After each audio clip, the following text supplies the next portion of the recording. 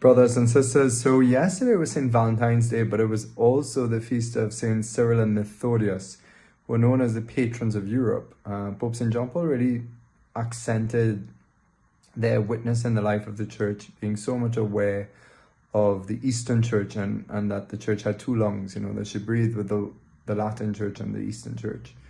But I want to just say a little something on the topic of love, or more particularly, the kind of love that is friendship. The Greeks had different words for love, as opposed to our boring English word. Well, it's not boring, but we just have one word, love, and we use that word to cover a multitude of relations that the Greeks designated specific words for in each case. So, there's the love of romance, or eros, which is a desire for the other person, but that is often understood too in a carnal sense, in terms of using the whole sexual dimension of our person, which is often we hear the word erotic, etc. But there's a right place for it, obviously in terms of the love of husband and wife, that they get to share that in this great way. So then there is familial love, which the Greeks, as far as I know, use the word sturgeon. Then there's philos, which is the love of a friend.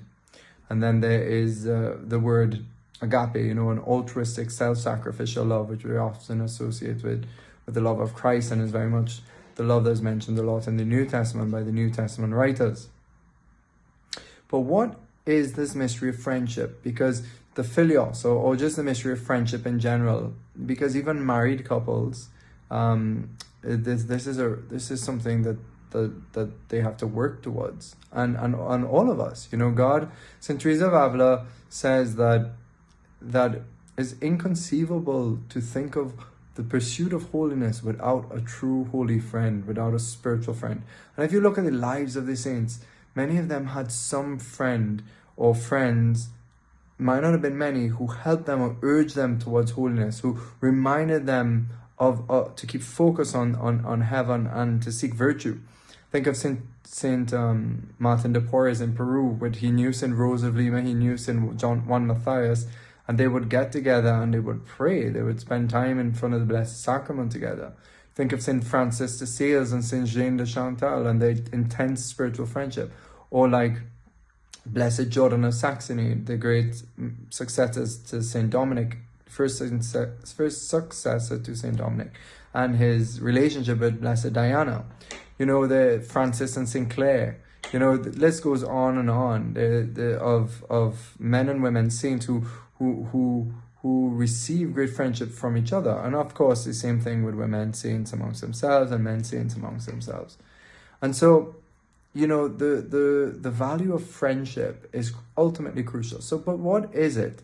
What exactly is it? In our modern world with Facebook friends, what is a friend? In the old Greek world, in the ancient world, friendship was like the single thing to aim towards in life. It was like the height of what one would achieve in terms of one's political and social life.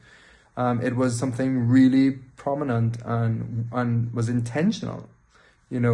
Sometimes our ideas of friendship could be quite shallow. Often the truest friends we have maybe might only count it on one hand for the rest of your life, or maybe more, maybe less.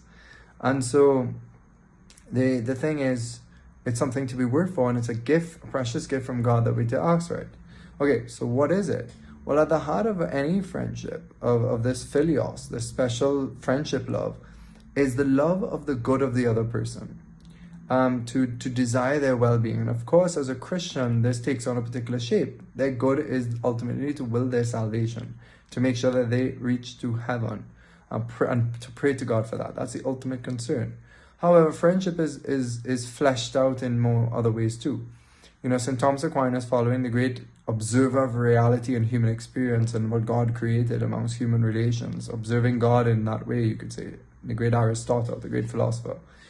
St. Thomas says that friendship is also about intimacy. That intimacy you allow the other person into the deepest depths of your heart, and you share with the other person, the secrets of your heart. So friendship is not just only about willing the good of the other. That is like the heart of it. But one must be able to talk and open and try to open the depths to each other. And that takes work, because we have different love languages, we have different comfortableness in that area. So, but we must be intentional about it. St. Thomas also says friends dwell together in a particular dwell together. Now, it doesn't only mean in a home or in a house, but in some common activity, that their friendship is lived out in real concrete acts, which is often bonded and united on common things. Friendship is not based on equality. Opposites attract, yes, but it doesn't keep. You know, it's communication. It's building up each other's common ground, and speaking and communicating that is important. And so that's another value of friendship: equality. You know, not being superior to someone else, but really trying to welcome them into their life. And of course, we could apply all these dimensions to our relationship with God, who is our ultimate Valentine.